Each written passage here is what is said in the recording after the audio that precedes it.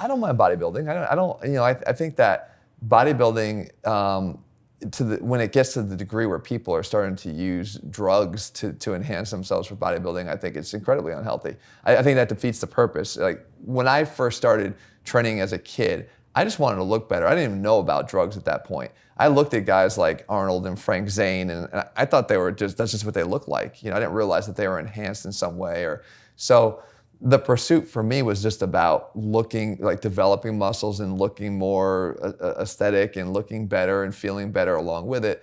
I think that if that is the goal and it remains that goal, and you don't go down those other roads to get there, I still think it could be healthy. But I still encourage them at some point to, okay, look, you've got some muscle you built, do something with it. Right. Have some functional pieces. Do something. Cut something and do a couple of days a week where you're out there actually, touching your toes or something. Yeah. I mean, doing something that actually reward the muscle for its hard work, to actually let it do what it prefers to do. I think at the large ranges, the sizes, I just don't think it's ever going to be a drug-free sport. Oh no, I mean to the point we were talking about. I didn't even go there. I'm thinking even as the recreational bodybuilder, if you're talking about the professional bodybuilding, that's dangerous, I think that's just, it's getting ridiculous. I mean, I go back, I'm not even that old, but I go back, to those days where the Mr. Olympia was, 240 pounds, Now he's in excess of 300 pounds at 3%, 2% body fat. That's insanity. And the drugs that are being used to get there are outrageous, outrageous. And it's like they don't even have a concern that what the long-term implications are going to be for their bodies. It's not even, and from what I'm told, because I don't even really know much about what they make, but I'm not even sure they even make that much money for what they're doing. So the risks involved and what they're making, it's insane. It's insane. Yeah, it's a crazy sport mentality.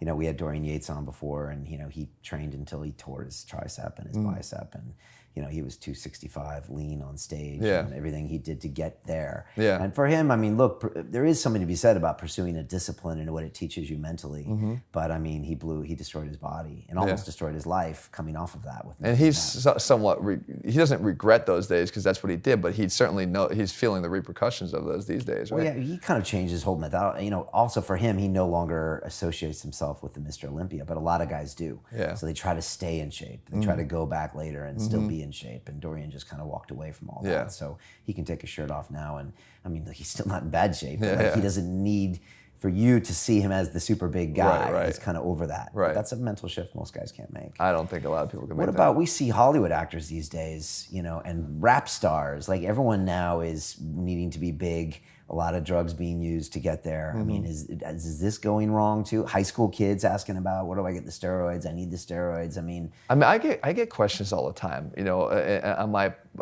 platform, whether it be Instagram or YouTube or whatever, and it's like, it is concerning that it's such a quick question to be asked. Again, that wasn't part of my life growing up. I didn't even really think about it, and we go back and I think on my high school football team, there might have been one guy that was using something. We don't know because no one ever knew, but there might have been one guy. Now I look at it and I hear stories of high school football teams where half of the roster, if not 3/4 of the kids, are all using something, and it's such a defeatist trend, I think, because part of the real journey and part of the real joy of this journey is the time it takes and the effort that it takes to get to where you want to be. And for me, I always tell this story, two things. When I was young, if I had the option to use steroids, the two things I would have thought, number one, my father's going to kill me. So if he ever finds out I'm dead, he's going to throw me out of the house and I'm dead. Why would he kill you?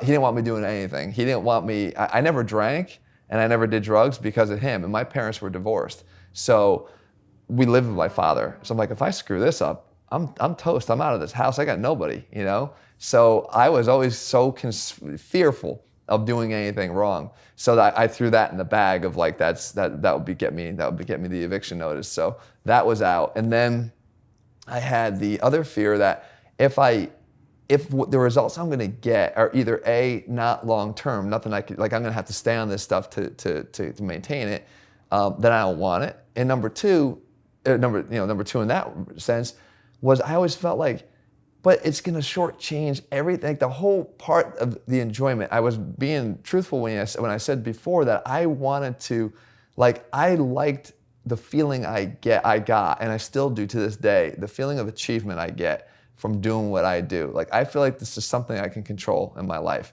And the ups and the downs, like maybe, you know, I don't get the results I'm looking for in a certain area of my training, and then in others I excel. Like, that's all good. Like, I know that I was part of that. I feel like if I took something, it was gonna shortchange the real reward for me. That was like, well, that's because I took that. That's because I took this. Like, it wasn't because of the effort I put in.